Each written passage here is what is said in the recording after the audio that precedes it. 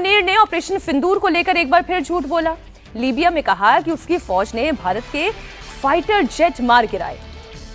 ये सरासर झूठ है, पूरी दुनिया जानती है, पूरी दुनिया मानती भी है।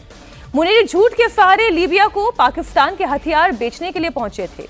लीबिया के बाद मुनीर सऊदी अरब भी गए। यहां पर उन्होंने पाकिस्तान में मौलानाओं के सामने भी मजहबी तकरीरें की। यानी कि मुनीर अब पूरी तरह से मौलवी बन चुके हैं। देखिए ये तस्वीरें। अरे हथियार बेचने हैं तो हथियार बेचने के नियत से जाइए ना, मौलाना बनने की नियत से गए हैं।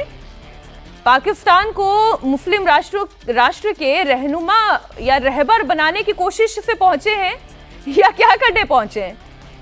पाकिस्तानी हथियार बेचने के जुगाड़ में जो मौलाना मुनीर साहब लगे हुए हैं, मुस्लिम ब्रदरहुड के लिए झूठ पर झूठ परोसे जा रहे हैं। ये उसी की तस्वीर मैं आपके सामने रख रही हूं। The moment you throw out the fear, then you can do any wonder in this world that you want to. And Alhamdulillah, Pakistan learned this lesson long ago. So that is why we said that we will do anything possible, but we will have our own technology. In our just recent war with India, and we have shown our technology to the world.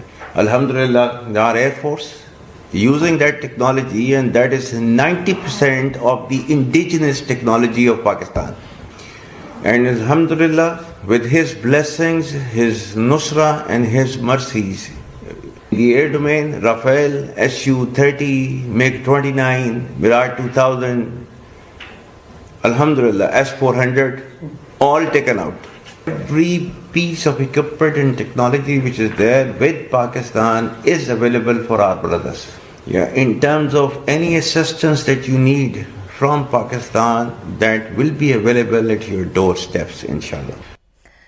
मुझे तो हंसी आ रही है अवधेश जी, लेकिन ये जो मौलाना मुनीर साहब कर रहे हैं, इसकी क्रोनोलॉजी हमें समझनी होगी।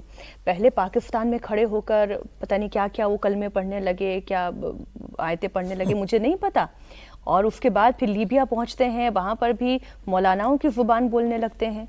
नहीं, आसिम मुनीर का अब जो समझ में आ रहा है, अपने देश के अलावा एक इस्लामी जगत के एक मिलिट्री खलीफा का जैसे एक लक्ष्य दिखाई दे रहा है। वहाँ उन्होंने महत्वपूर्ण बात एक कही है कि देखते देखते पिछले कुछ सालों में कई मुस्लिम देश बर्बाद हो गए, नष्ट हो गए। वो बता रहे हैं कि 20 से ज़्यादा मुस्लिम देश 8-9 पूरी तरह नष्ट हो गए। इसलिए इन देशों को जरूरी है कि ये एकजुट हो, पाकिस्तान से हथियार लें और हमारे जैसा व्यवहार करें, ये उन्होंने कहा है वहाँ। और अभी कुछ लेकिन दिन पाकिस्तान के पास कौन सी इंडिजिनस हथियार नहीं, जो KF क्या है 17 जो है, चीन और पाकिस्तान ने मिलकर जो जहाज JF-17 लड़ाकू विमान जो है, वो चीन ने पाकिस्तान को दिया। उसका सारा कुछ पाकिस्तान ने भी अपने यहाँ उसका निर्माण किया है। चीन की हाँ, JF-17 के बारे में है, बाकी वो वही JF-17 की बात कर रहे हैं। क्या इस समय जब उन्होंने पिछली बार कहा था कि ऑपरेशन सिंदूर में मैंने देखा कि अल्लाह, मैंने देखा, महसूस किया कि अल्लाह हमारी मदद कर रहा है, अल्लाह हमारे साथ खड़ा है, और यही बात वहां वो कह रहे हैं कि हमारे मुसलमानों के साथ अल्लाह खड़ा है। इसलिए इस समय मुझे लगता है कि उनके अंदर जो भाव है, हालांकि अब तुर्की के राष्ट्रपति एर्दोगन के लिए चुनौती होगी कि इस समय मुस्लिम नहीं सर, कोई चुनौती नहीं। मैं खबर दे देती हूँ, तुर्की से भी जुड़ी हुई खबर है। भारत के खिलाफ पाकिस्तान एक और साजिश रच रहा है। भारत के खिलाफ नॉर्थ ईस्ट फ्रंट पर यह साजिश रची जा रही है। पाकिस्तान की खुफिया एजेंसी ISI एक स्पेशल फोर्स बना रही है और इसमें तुर्की की खुफिया एजेंसी MIT और अरकान रोहिंग्या सल्वेशन आर्मी को शामिल किया गया है, जिसका इस्तेमाल भारत और म्यांमार दोनों के खिलाफ किया जाएगा। दरअसल अरकान रोहिंग्या सल्वेशन आर्मी यानी कि ARSA, जिसे पहले हरकत अल याकीन के नाम से जाना जाता था, ये म्यांमार के रखाइन इलाके में विद्रोही रोहिंग्या का समूह है। इसका नेतृत्व अताउल्लाह अबू अम्मार जुनूनी करता है। अब इसी विद्रोही गुट के साथ ISI और MIT मिलकर नया स्पेशल फोर्स बनाने की तैयारी में है, ताकि नॉर्थ ईस्ट फ्रंट पर भारत के खिलाफ इसका इस्तेमाल किया जा सके और आतंकवाद को बढ़ावा दिया जा सके। ये जो अब आप तुर्की की बात कह रहे हैं ना, कि तुर्की तो पहले से ही इस प्रयास में है ही, वो ईरान को काउंटर करना चाहता है, उसके लिए उससे ज्यादा मुस्लिम देशों के साथ की जरूरत है।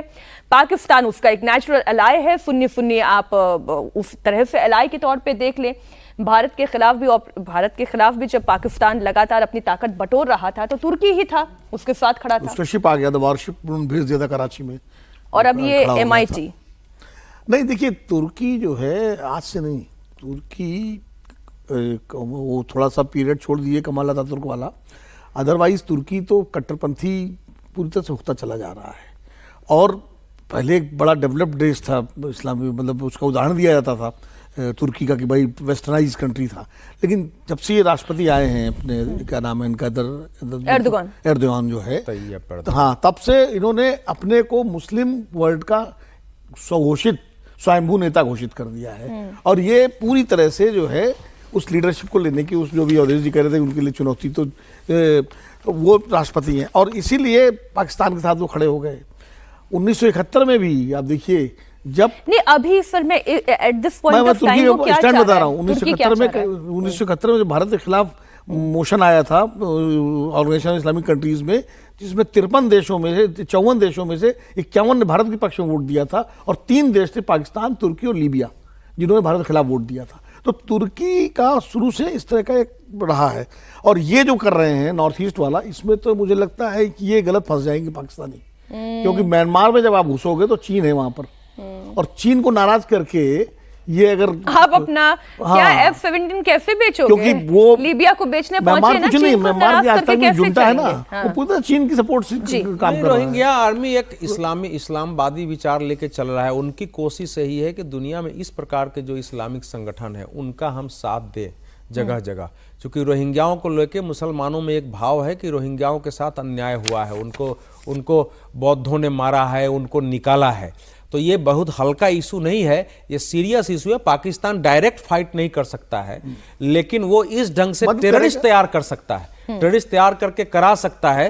तो वो भारत के लिए, दुनिया के लिए चिंता का विषय है, क्योंकि अब ये दुनिया भर में अगर इस ढंग से फोर्सेस के साथ पाकिस्तान खड़ा होता है, बहुत इसमें खर्च तो करना नहीं है, साल में 10-20 करोड़ रुपया आपने दे दिया, कुछ हथियार कहीं से भेजवा दिए और वो घुस के अपना काम कर रहे हैं, थोड़ा बहुत उसमें उनको बांग्लादेश से भी, जो चूंकि बांग्लादेश की जो हालत हो गई है, वहां से भी आतंकवादी तैयार करने के लिए मिल सकते हैं। वहां हुजी जो है पहले से ही जमात के जरिए और ISI के इशारे पर भारत के लिए परेशानी पैदा करता रहा है। देखिए सर, हमारा काम है अपने गार्ड स्ट्रॉन्ग करना। पाकिस्तान भले ही भारत के खिलाफ साजिश पर साजिश रच रहा है, भारतीय फौज भी पाकिस्तान के खिलाफ तैयार है।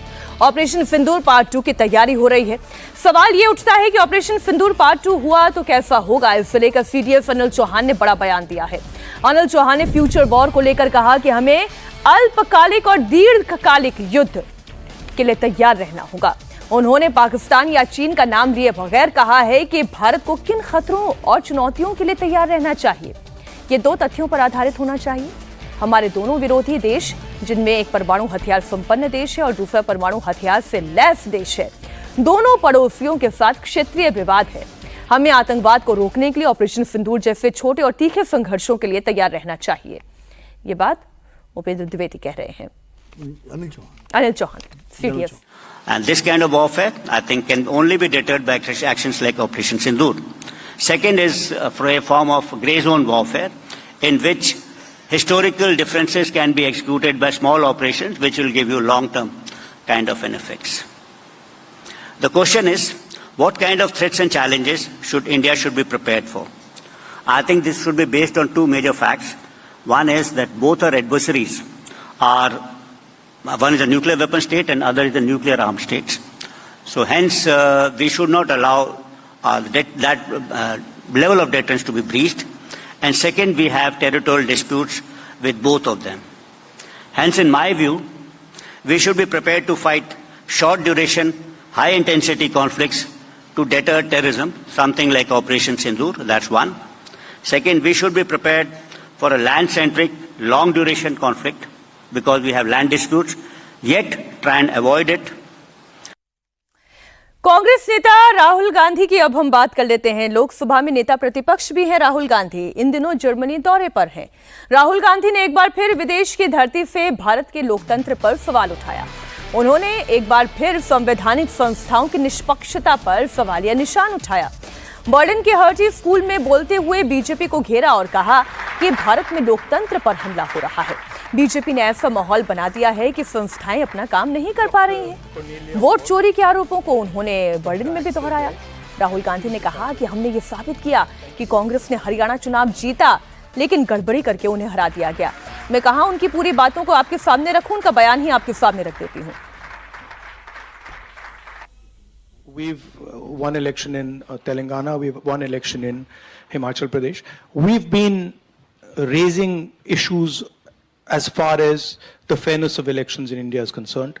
I've done press conferences where we have clearly shown, without shadow of a doubt, that we won the Haryana election.